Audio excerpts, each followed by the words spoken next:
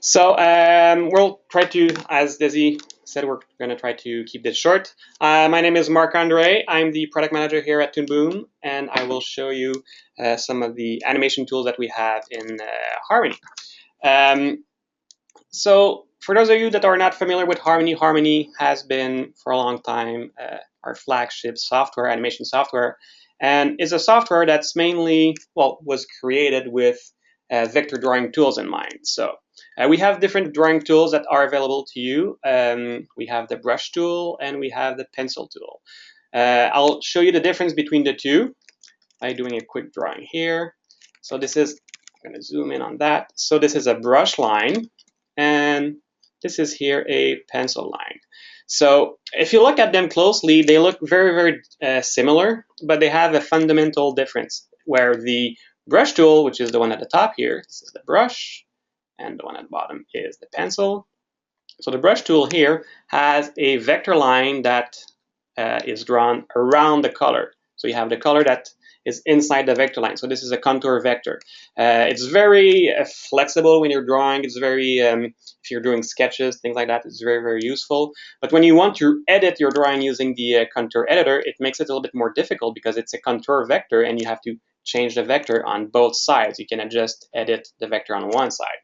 If you look at the pencil line here, the pencil line is a center vector line. So you have only one central vector that has color around it. So this makes it a lot easier to edit after you've been drawing that line. Now, before I go on, there's something I must mention is that I'm not very good at drawing. Although I know the software by heart, drawing is not my forte.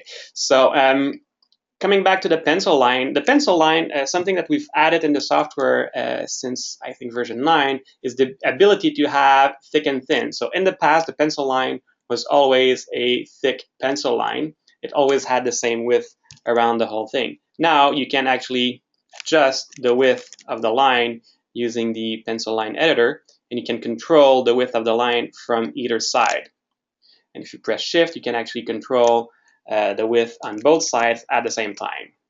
Using the pencil editor, you can also add points if you want. But if you go back to the contour editor, you can quickly just go back and edit the central line. Now, if you want to get a specific shape or thick and thin for your line, we also have some stencils that we call. So pencil presets or stencil preset that you can choose from. And you can see that when I click on each of those, this changes the way my line looks. And you can actually, and this is pretty big, and you can actually create your own stencils, or if you draw one, let's say I draw a straight line here, and I take my pencil tool here, my pencil editor, and I add a point in the middle, and I make this thick and thin like this. You can quickly copy this and paste this to my other line.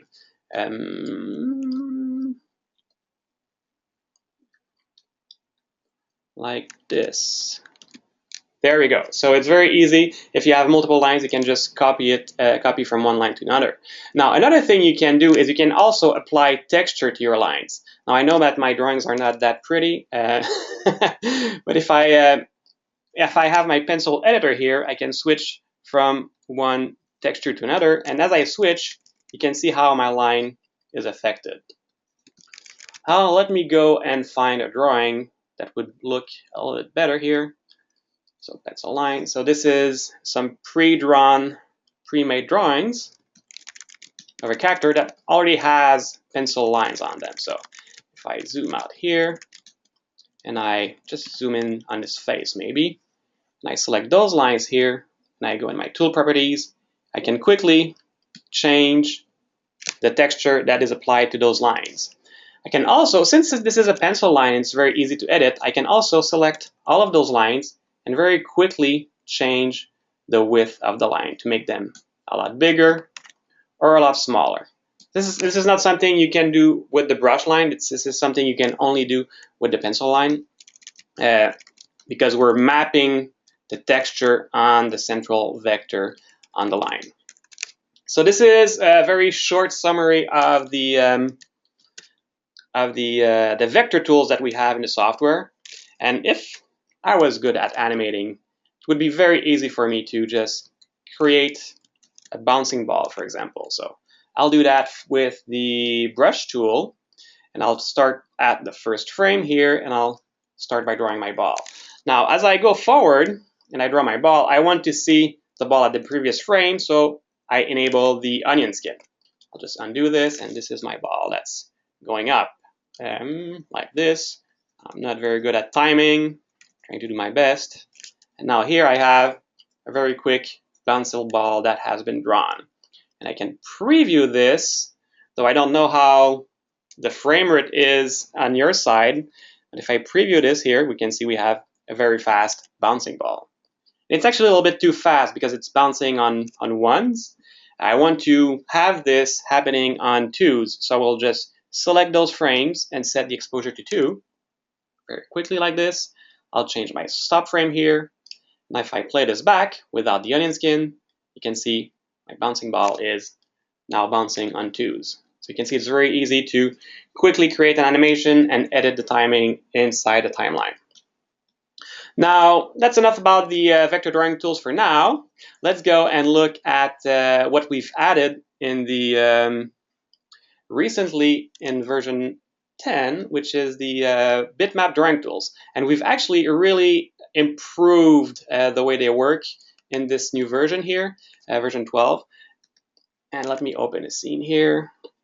So that scene was done by a good friend of ours, Frank Summers, a really nice artist. He made this little animation here of this character throwing a fireball.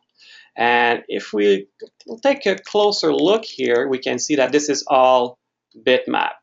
So this is not drawn on vector like the other ones. And if we take a closer look here, let's turn off these layers. We can see we've got the rough layer here, or actually let's go in the drawing view, it's going to be better. So in the drawing view, if I look at the rough layer here, I can see these are the roughs. So you just created the roughs using a very a blue pencil like you would do on paper. And after that, did the tie downs or the line work on another layer here, so with black lines to do the animation. And we've got another layer here for the tones, like this. This was drawn on another layer. And then we have finally the shadow at the bottom. And if we, it's kind of very pale and difficult to see. And if we go in the camera view here, and I just go away from my drawing tool, and we look at how this whole thing works together. So we have all the layers one on top of the other. I've got the line, I've got the color, the shading, and all of that is composited on a piece of paper. So there's a piece of paper that was scanned in here. And if I just disable the texture, you see we're just using a trick here to simulate paper. So this is really the new tools that we've added in Harmony to be able to really create drawings that have a very distinct artistic feel. If I add a layer here, I'm just going to add a bitmap layer. Select that layer, and I'll go in my drawing view here, and I take my brush tool. You can see here the different brushes that I have available to myself to draw. Now again, I'm really sorry, I'm not that good at drawing, but you can see here I have an ink brush that I could use to draw a nice little tree. This one is not so nice, it's not so bad. But I have other different brushes where you can really have customized brush tips. And you can create your own tips, just make a small square texture with transparency, and you can import those using the properties here. And then you have all the tips that are available built in the software. And then you have a lot of options here to change the roundness of your tip if you want, the rotation or the angle. But the most interesting portion of these settings are the randomness values. So I can have a random size as I draw, or a random angle. So the random angle really helps creating something that doesn't look like it was just repeated. So just raising the angle here and raising also the randomness on the size really helps at creating something that has a very different look. So this is really to be able to draw in Harmony like you would be able to draw in other bitmap software drawing tool. Next up, I'll show you a couple of the tools that we have to do the shift and trace. So if you're doing a lot of traditional animation, shift and trace is something that's really useful. If you were to be drawing on paper, you would be drawing maybe on an animation disk, on a light table, and you would have all your different sheet of paper registered on a peg bar, and you could easily flip between those drawings. And if you need to rotate one of those drawings, you can just unpeg it, rotate it to have your reference for your drawings. So this is what I'm going to do here with this character. So let me go in my X sheet here and let's go a little bit farther. So I've got my character here that was drawn completely paperlessly right here. And let's select the character and let's go in the drawing view here. We can see here all the different drawings for the character. I also can see this in my X sheet. So those of you that are familiar with X sheet or drawing, working in traditional animation with X sheet, you have the same concept in Harmony where you can use an X sheet. And I can see here the rough drawings of my character where I have marked some keys. So the big red K here are key drawings. Then I have the clean version of my drawing. And here I have a new drawing that I need to create. And to create this drawing, I will select, I could just draw if I wanted to on this drawing, just by selecting it and drawing. But I want to be able to see the previous and the next drawing in my onion skins. But I also want to be able to shift those virtual paper. So instead of using the onion skin here, I will use the drawing desk. So I will select those three drawings. I will right click them and I will say send to drawing desk. There we go. And now I have my three drawings in my desk. So I have the blank drawing here and I have my key and my other key here. And I want to be drawing on this one. So the first thing I'll do is I'll enable the onion skin to be able to have access to my tools here. And I'll enable the peg bar at the bottom. So now I can easily select my drawing and replace, I move it to be exactly at the place that I want. If I don't want that anymore, I can just turn it off to go back to the original position and come back in here. So now I've rotated it and I scaled it a little bit. There we go. But now I want to have kind of the same reference for both of them. So I want to draw a new arm here. So I'll just register the elbow. I'll go on this new drawing here. I'll select my drawing tool, making sure I have the proper tip. Maybe that's a little bit big. Actually, I want to have a proper color. So there we go. I want to use the outline color with not a big tip, maybe something like this. And I am ready to start making my drawing. So now this would be my attempt of drawing a hand for this character. But you get the idea, right? I don't need to do the whole drawing and humiliate myself here. There you go. So that would be the drawing. And once you've finished your drawing, you just turn off the desk option here, and you can see that the drawing goes back to its original position. So this is really useful when you're doing paperless animation. The artists are always using this to be able to reposition the reference drawing that you want to use to make your new drawing. Speaking of reference, one thing that you can do also in Harmony is you can work with 3D reference. So let's say I open this scene here, and this scene contains a 3D model. So let's look at this in the camera view. Actually, this is the traditional way of working with 3D. So I have a 3D model that was rendered out using a 3D software. And the traditional way of working with this would be to select this layer here, take my drawing, and just go and draw over. Let's say I have a character here opening the hatch like this, and I would just rotoscope, draw over the character escaping the bike here. Now, this is pre-rendered, and if you ever need to change the animation of the 3D model, it's not very convenient because you need to go back to your 3D software, make modification, render out, then come back to Harmony and re-import it. So the thing that you can do in Harmony is actually import the 3D model directly. So let me just hide this rendered version here. And let's go to the real 3D model. So here, if I look at this in my perspective view, you can really see this is a real 3D model that's animated. And so now I can use this as my reference when I'm drawing in my camera view. So when I have my drawing view here, I can zoom in here and just make sure that I time my animation properly to the animation of my 3D model. And if for some reason I don't like the animation, I can really easily just select my my hash here and change the animation. Maybe I should turn off my onion skin. There we go. And I can change the animation on the 3D model so I can reference or time the animation the way I really want it to. So that's one way of using the 3D.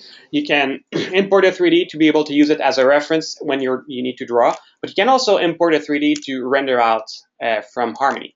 So let me open another scene here. It's called 3D Demo. So in this scene, I have some integration between 2D and 3D. And we'll take a look at this. And let me just hide my 3D models for now. Disable my camera. So if I look at this in my perspective view, my 3D view, I have my flat drawing here of my girl just, she's running in place. So the first thing I need to do, I need to add a path to my character. And I will do that by adding a peg to my character. So here we go. I already have this peg that's already preset. Let me go in my camera view right here. So this was already preset. I have a peg on which I have a path which my character follows, like this. If I look at this in my perspective, you can really see this is really just a plain 2D drawing moving on the X and Y axis. Now I want to add the 3D components to this, so I have my mall here. This is the mall, where I have my little girl here running on the sidewalk. Whee! And I can even add some more 3D models, for example, the car here. And you can see that now the character is in between the car and the mall. So I really have a complete integration between the 3D and the 2D. Now let's go in my camera view here. Let's turn on my camera peg. And let's look at how the scene really looks like. So I also have a camera move. So I have the camera following the character. And you can see character is registered, is moving, registered with the background. And as the camera is turning, we have added an effect on the animated layer to make sure that she's always facing the camera as the camera is rotating. And if at any point I want to change the position of the car, I can just select the car, maybe rotate the car slightly. Maybe he's not parked properly right there. Maybe I go in my perspective view, move him forward a little bit. He really doesn't know how to park, so he's all sideways like this. And oh, my camera is going through the car. Maybe I moved the car a little bit too far. So there we go, like this. Okay, and now I have the car actually spinning as I'm moving, because I animated the car and I didn't move the whole car for the whole scene. So this is a very good example of how you can integrate 2D and 3D together.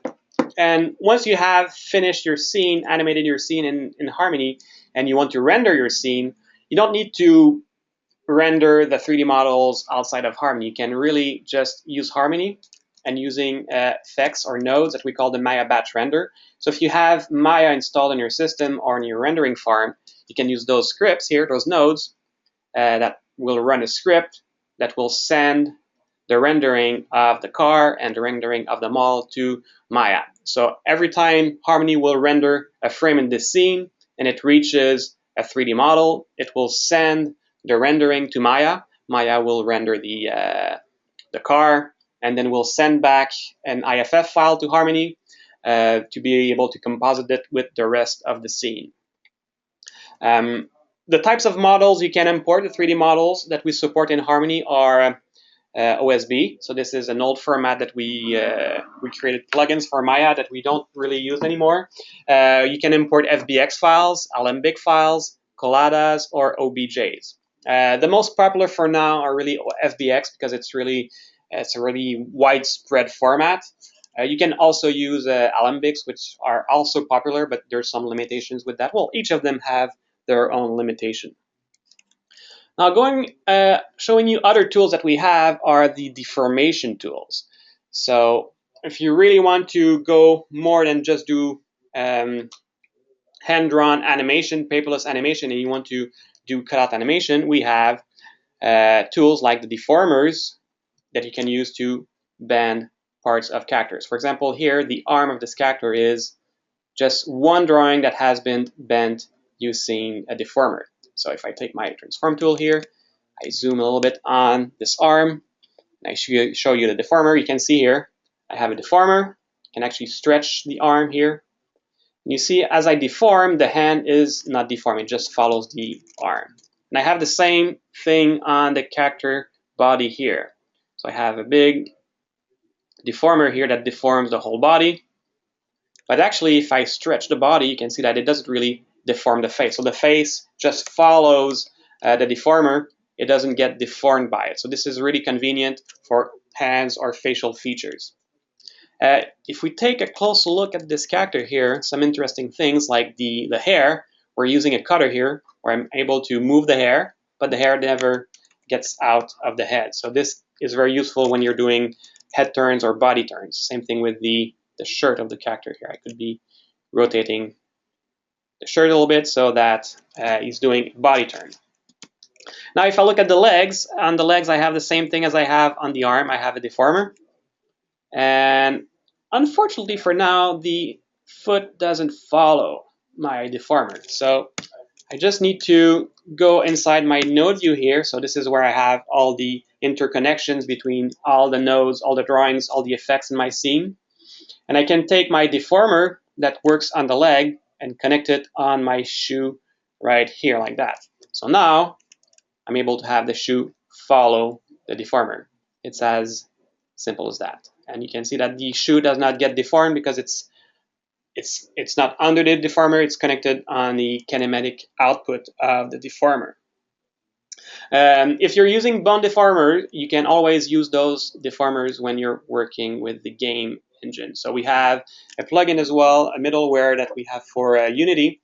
If you do your animation inside Harmony using normal cutout or just peg rotation or using bone deformers, you can export your animation directly to Unity and load it in Unity using our plugin. There's other types of deformer. We have the curve deformers that are a little bit more advanced, a little bit more complex. And if I go and open the scene here, I will show you a scene that was drawn using, it was animated using envelope deformers. So these are the curve deformers, but they're also used as envelopes. So we can really do a head turn on the character like this. So all the face of this character has been drawn in individual pieces, but the pieces are not changing over time. It's the same drawing. They are just being deformed, moved as the head turns. So for example, if I look at the nose here and I show the deformer for the nose, you can see we have a big deformer around the nose. I can select the nose to really shape the nose the way I want. So this is how we were able to do a head turn on this character without having to redraw anything. We also have a deformer on the chin, like this. And you can see that we even have a cutter that cuts the mouth as the mouth gets hidden by the deformer. But if you start using one type of deformer, doesn't mean you're stuck with using that type of deformer for the whole character. For example, here on the hair, we have the single curve deformer. So instead of having an envelope, we just have one deformer to be able to deform each of the hair on the character.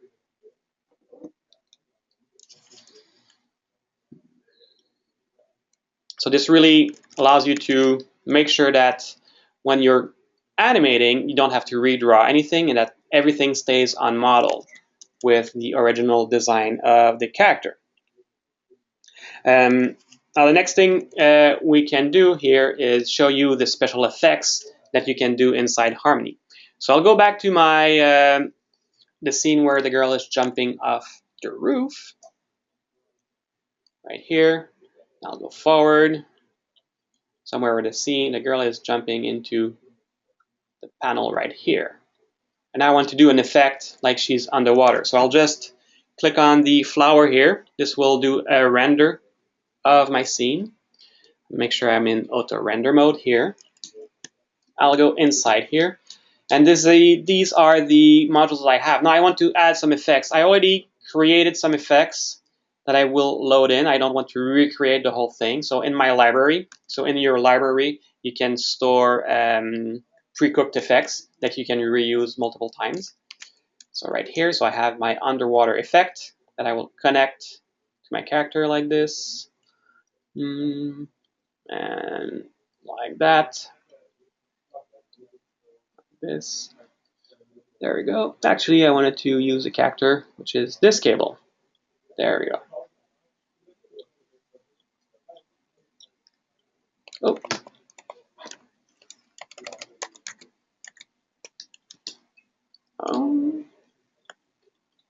There we go. Like that. So just make sure you connect to the proper cable. There we go. So now I have my underwater effect. And we've built this effect using some special effect modules, special effect nodes that are part of the OpenFX library. So we have a technology that we support in Harmony, which is called OpenFX, which is a technology or an architecture that allows anybody to create plugins, and any software that supports that architecture can use those plugins. So in this case here, we're using plugins from GenArts, from the Sapphire package. These are really good plugins. They have over 250 different effects, and they are very complicated. So you can see here, if I'm opening the texture flux effect from GenArts, it has a lot of attributes, and it can be very difficult to edit all of those attributes. Fortunately, there are presets you can work from. So if you click on the load preset here, you can select from a range of presets that are given to you when you get those plugins. So you don't have to change all the values manually. So once you find a preset that you like, you can just load this preset, and this loads all the values directly into the attributes here, and you can see this directly affected my rendering. I have another effect here, the S-warp, and it's the same thing. I can load the presets to be able to see what are the different values available. So I don't have to experiment too much on myself. I can just find something that works and then tweak it a little bit more inside Harmony if I want. Now, the other thing I want to do is I want to have some light rays. So let me just go back to my undoing here to go back to the original look. There we go. So I want to add some light rays. So I'll use this pre-cooked effect that I created. Actually, I didn't create it myself. And let's see how this one looks. Right here, it's rendering. And there we go. And then we have the light rays to really show that she's underwater. Now let's say I want to do another effect on her, maybe a glow, because she's radioactive. I can just go into my node library. So these are all the effects, all the nodes that are available to you to be able to do some effects inside Harmony. We have around 45, 50 effects. So this is the glow. This is a built-in effects that we have. Now we'll just connect a cable from the top here and to the bottom just behind the character. So this is the cable from my character. I just connect this behind, and I will increase the radius, so the blur, and I will change the color as well. Like this, and it's a little bit faint. I don't see it very well, so I'll increase the intensity like that. I really want to see it a lot harder. And all of these attributes here, the radius, the intensity, any of the attributes of all the effects that we have are animatable over time. So if you want to have the radius of the glow changing over time, it's you can animate this using a function curve like that. You can really shape the curve as you want.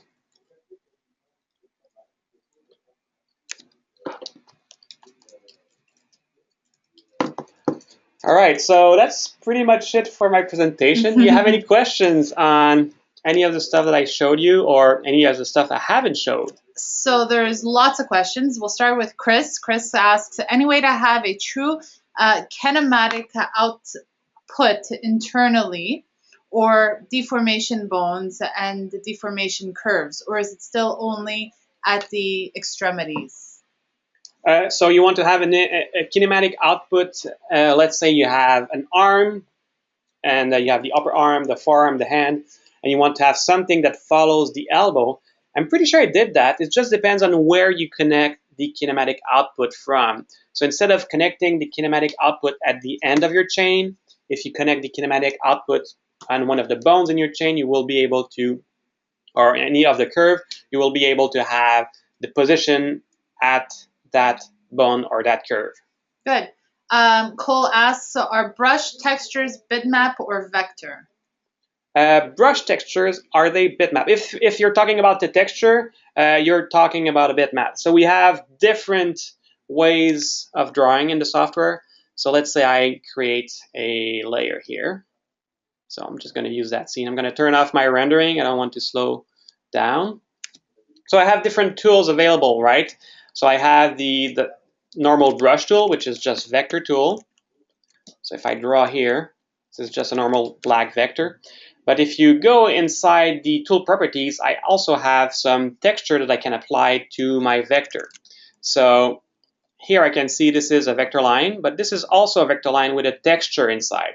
So the texture is actually a bitmap texture that is applied inside the vector. The advantage of using this over a real bitmap brush is that after I've drawn this, I can go and change the color. Now, if I add another layer, or like this, and I added this one, will be a bitmap layer. So I'll call this bitmap. Now, if I look at my tools here, I don't have the same tools anymore available. Some of the tools are not available on a bitmap layer, for example, the pencil tool, which doesn't really make sense to be used on a bitmap layer. Now, if I draw using this, it's very different. You can now see that I'm having actual pixels. So once I draw something, it's committed in pixels in a bitmap inside the drawing, so I cannot go and select that and change the color like I did on a vector line that has a texture inside. Though I have a lot more flexibility to the tip and how this reacts inside the software. So some people really like the brush tool, the bitmap brush tool, to be able to do their sketches. But then when they do their clean version, they will use the vectors. It all depends on the style that you want in the end. M asks, can we import export motion paths? Yes, I don't think there's any functionality to built in to export. We do have created a script. So inside Harmony, we have a scripting engine. It's based on the Qt script engine, which is really based on JavaScript. And using that scripting engine, you can do a lot of manipulation on the data inside the software. You can automate some tasks, add some nodes in your node view, automate a lot of things, but you can also use that to extract data out of the software. And we've recently written a script to be able to extract a motion path and to be able to use it in Maya. So using the scripting engine, it's totally possible, and we actually created one recently. If you own the software and you have support, you can contact the support department, and they will be happy to give that script to you. Steve wants to know, can Harmony integrate 3D elements with 3ds Max? We have limited support for 3ds format, though if you export an FBX out of 3ds Max, you'll be able to import them into Harmony. I'm not familiar with all the formats that 3ds Max supports, but you should be able to find one that's 3ds Max support and that we support. So we support FBX, we support Collada, we support Alembic, we support OBJs. Next question is, are there only nods available in premium, not in advanced? No special effects are possible? Sorry, the question was nodes? Nodes. Nodes, yes, nodes. Nodes, so the node view here, where you have access to all the in your scene, we're using a scene graph, is only available in Premium. Though in Advanced and in Essentials, there's still some effects that you can do, though you don't have access to all the 45, 50 effects that Premium has. I think Essentials is around maybe 7, something like that. Advanced is maybe around 12 effects. And all the effects are controlled directly from within the timeline because those editions don't have the node view. Rodrigo wants to know, do you guys offer any integration with Unreal Engine 4? That's a very good question. I would say no, not for now. Now, it's a really interesting technology, and we're really interested in investigating that in the future. So James has a question specifically about your demo. What's the effect you use to have the drawing always face the 3D camera? So I'm using a node called the ortholock. So let me open the scene. So this was the 3D demo. So the node is called ortholock, and you can find it in your node library. So it's inside the, is it inside the 3D? No, I think it's inside the move category right here, ortholock. So if you don't know where a node is, you can just type it here, ortho. Ooh, type it for real, ortholock.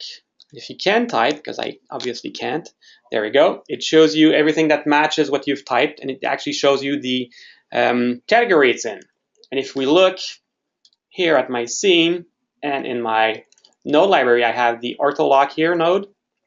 And if I move forward in the scene where there's actually a rotation here, and I disable this node, you can see the character is now a flat piece of paper. If I enable the node again, it rotates and faces the camera. So it acts like a sprite. So Douglas has a few questions. We'll try to answer them. He's using Harmony Advanced. His first question is, why is there no default color palette? I believe there is a default color palette, but it has a limited set of colors. The main reason why we don't provide a default color palette with a lot of colors is that all the colors, everything that you draw using a color, so let me just create a new scene here. Anything that you draw using a color is linked to that color. So if you have a default palette inside your project, every project you will create will use those same colors. And if at some point you need to make modifications to a color, you don't want all the drawings that you've created be affected by the change you do to the color.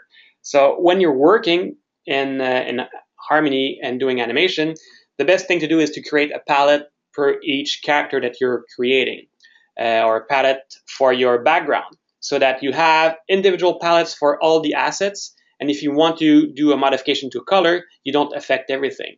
Because you might have a white color in the eyes of a character and a white color in the eyes of another character. It's the same white, it's the same RGB value, but at some point, if you want to change that color, you won't be able to do it, because if you change it on one, it will change it on the other one.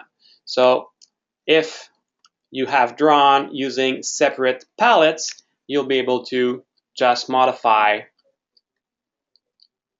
the colors, the right palette to modify the proper character. So this is why we don't have built-in palettes, because it would just give too much confusion, and people will mistakenly use the same colors on all their characters. So you really need to add palettes for each of the characters that you create. Lynn also has a color question, and it says, can color changes be animated over time? Not directly. You cannot animate the color, the RGB values here, but one thing you can do is you can go into and add some effects like a color scale or other types of effect that will affect the color over time. And Douglas's second question was, can you have multiple scenes in one Harmony Advanced file? If yes, I am having problems with my camera moving every time I make a camera move. So Harmony is really scene-based, so you don't have separate scenes inside the same project or inside the same scene. If you want to use multiple scenes, you need to put them one after the other inside your timeline.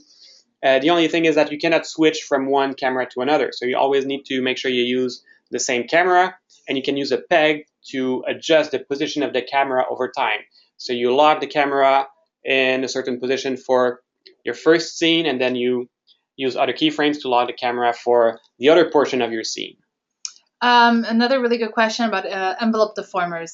Can you create a control to link to envelope deformer to create a head turn controller? That's a really, really good question. You can attach controls, create controls that will affect your points on your curve deformers, but there's no way to do a head turn using a simple controller. Though we have a script called the post copier that you can use to generate a rotation. For sure, you need to generate the head rotation first, create a template out of it. But once you have generated the head rotation, you can use the post copier to select the keyframe that you want from your head turn and paste them into your scene. Christopher has a really good question as well. What is the best way to swap exposures when you're using deformations? To swap exposures when you're using deformation, it all depends. If both drawings are using the same deformation chain, you can just swap the drawing without really caring about the deformation chain. But if your drawing is really different from one to another, you will need to create a different chain for each of your drawing. I can demonstrate this very quickly, maybe, if we don't have too many questions. So let's say and now I'm going to try to draw something. So I'm going to try, whoa, that's a big brush. Let's go and select a smaller brush like that, making sure I have a black color. So this would be an arm, and I will paint my arm with red. There we go. Should I use red, or I will use blue because my deformer will be red? So now that I have this selected, I will build my bone structure here that I can use on this drawing. Like that. Now I can really easily bend this. I'll extend the exposure of my drawing so I can animate it over time. Now if I need to make a new drawing and I go here and I make a new drawing, well, you can see that I see my deformer. And if I try to draw this and follow my deformer, I'm drawing with the actual deformation being affecting my drawing, right? And I don't want that. I want to be able to see it without the deformation. So I can actually disable my deformation right here and just draw something like that and enable my deformation again.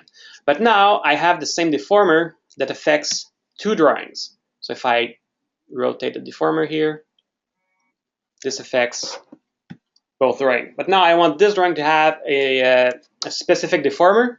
Using Harmony 12.1, if I go, so I don't know which version you're using because this changed since version 11. But using Harmony 12.1, in your deformation toolbar, you have a create new deformation chain button. And when you click on that, this allows you to create a new deformation chain for your new drawing. So now I have two different drawings that are using two different chains. Maybe I should have made my chain a lot more different.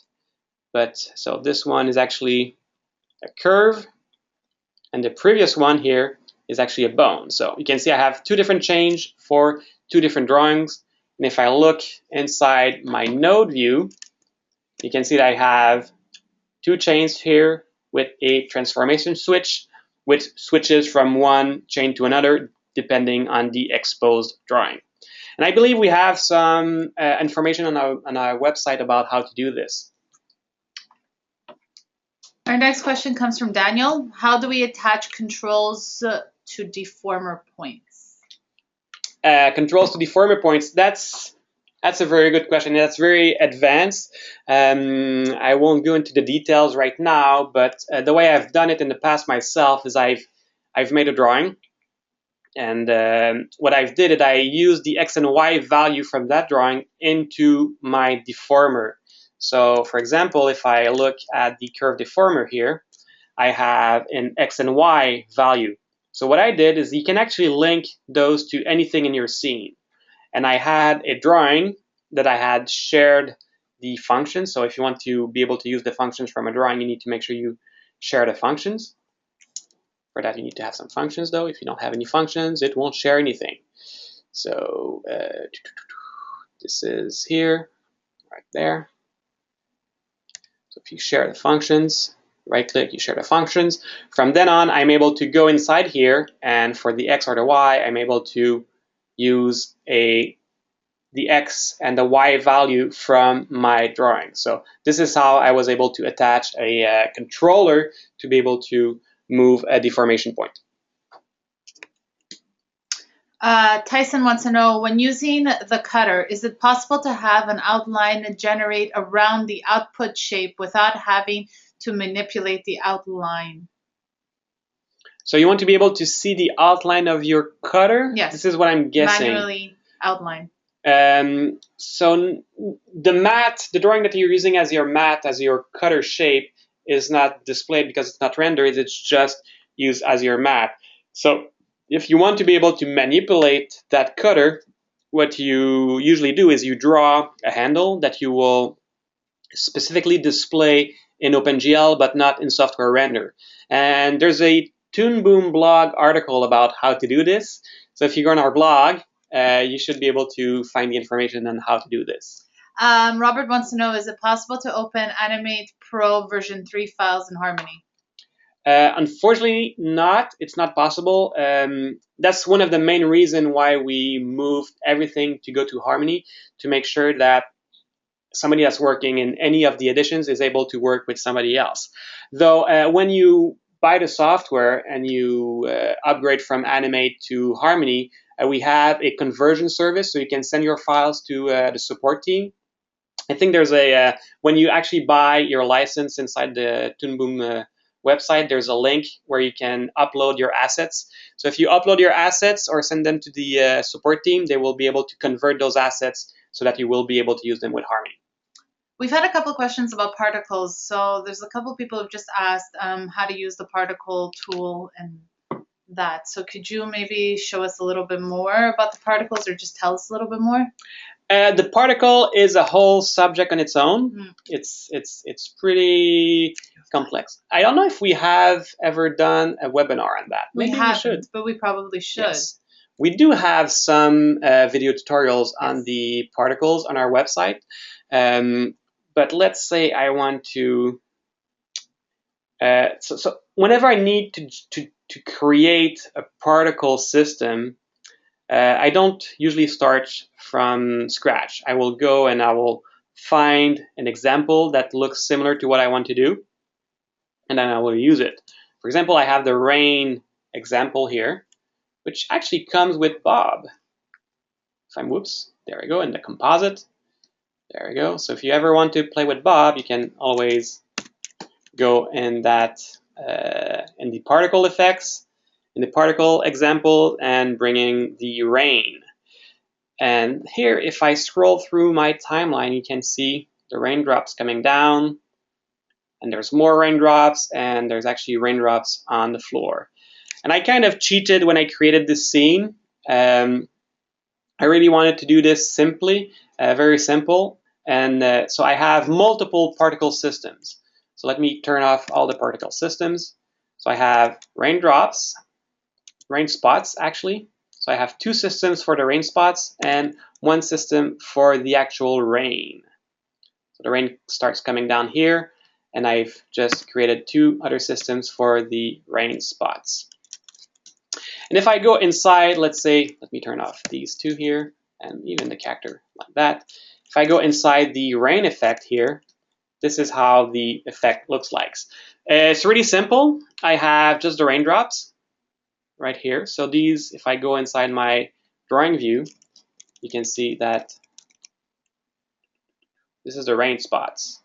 There we go. So this is just the drawings that we use to be able to simulate the rain.